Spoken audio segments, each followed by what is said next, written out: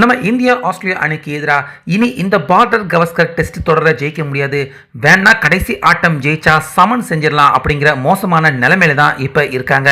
இப்படி இருக்க கடைசி ஆட்டம் மெல்போர்னில் நம்ம இந்தியா தோல்வி அடைஞ்சதுக்கு அப்புறமா ஒட்டுமொத்த நம்ம இந்திய பிளேயர்கள் சீனியர் ஜூனியர் இப்படி எல்லாரையுமே கூப்பிட்டு கௌதம் கம்பீர் கடுமையாக விளாசி தள்ளி ஒருத்தன் கூட அணியில் ஹெட் கோச்சாக இருக்கிற என்னுடைய பேச்சையே கேட்க மாட்டாங்க, யாருமே என் பேச்சை கேட்கறதில்ல அப்படின்னு எல்லா பிளேயர்களையுமே கூப்பிட்டு சரம் மாறியா திட்டி விளாசி தள்ளியிருக்காரு கௌதம் கம்பீர்.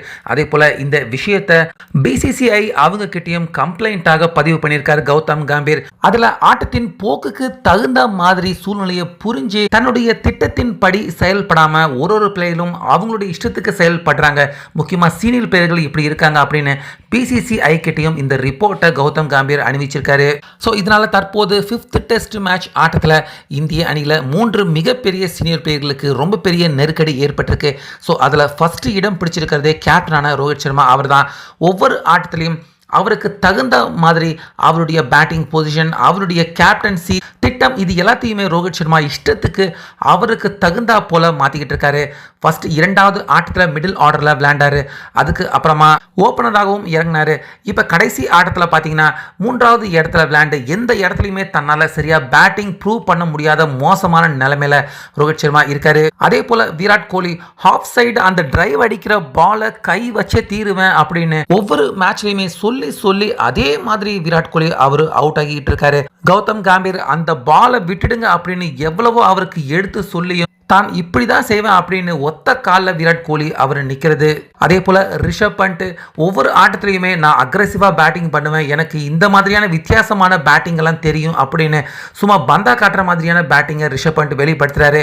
அணிக்காக நிதானமா விளையாடுனா அப்படி விளையாடாம பவுண்டரி அடிக்காம தன்னால இருக்க முடியாது களத்துல அப்படிங்கிற மாதிரி அக்ரெசிவா பேட்டிங் பண்ணி அணியின் நெருக்கடியை புரிஞ்சுக்காம ரிஷப் பண்ட் அவரும் செயல்படுறாரு. அதே போல போலிங் லைன்ல கூட முகமது சிராஜ் இந்த தொடர்ல பெருசா தன்னுடைய எந்த ஒரு திட்டத்தையுமே மைதானத்துல களத்துல சிராஜ் அவரால் வெளிப்படுத்த முடியல. இப்படி நிறைய பிரச்சனைகள் அணியில இருக்கு. தொடர்ந்து நிறைய பிளேயர்கள் என்னுடைய திட்டத்தை செயல்படுத்த முடியாம என்னுடைய பேச்சையும் கேட்காம தான் அணியில இருக்காங்க. ஸோ இது எல்லாத்துக்கும் முடிவு கட்டணும்னா அணியில தன்னுடைய பேச்சை கேட்காத எல்லா நபர்களையுமே பெஞ்சில் உட்கார வச்சே ஆகணும் அப்படின்னு பிசிசிஐக்கு இந்த தகவலை அனுப்பி 5வது டெஸ்ட் மேட்ச் ஆட்டத்தில் ரோஹித் சர்மால இருந்து எல்லா பிளேயர்களுமே என்னுடைய திட்டத்தின் படி செயல்படணும் அப்படின்னு பிசிசிஐ கிட்ட ரிக்வெஸ்ட் பண்ணி தற்போது 5வது டெஸ்ட் மேட்ச் ஆட்டம் கௌதம் கம்பீர் அவருக்கு கீழே தான் நடக்க இருக்கு அப்படிங்கிற தகவல் வெளியாகிருக்கு. ஸோ இதனால கண்டிப்பா அணியின் பிளேயிங் லெவன்லையும் மாற்றம் ஏற்படலாம். அப்படி மாற்றம் ஏற்படலைன்னா கூட கம்பீர் அவருடைய பேச்சை கேட்டுதான் ரோஹித் சர்மால இருந்து எல்லா பிளேயர்களுமே விளையாட வேண்டிய நிலைமை தற்போது இந்த 5வது டெஸ்ட் மேட்ச் ஆட்டத்தில் ஏற்பட்டிருக்கு. ஸோ இப்படி நடந்தாவது இந்த ஆட்டத்தில் நம்ம இந்தியா ஜெயிப்பாங்களா? உங்க கருத்தை சொல்லுங்க.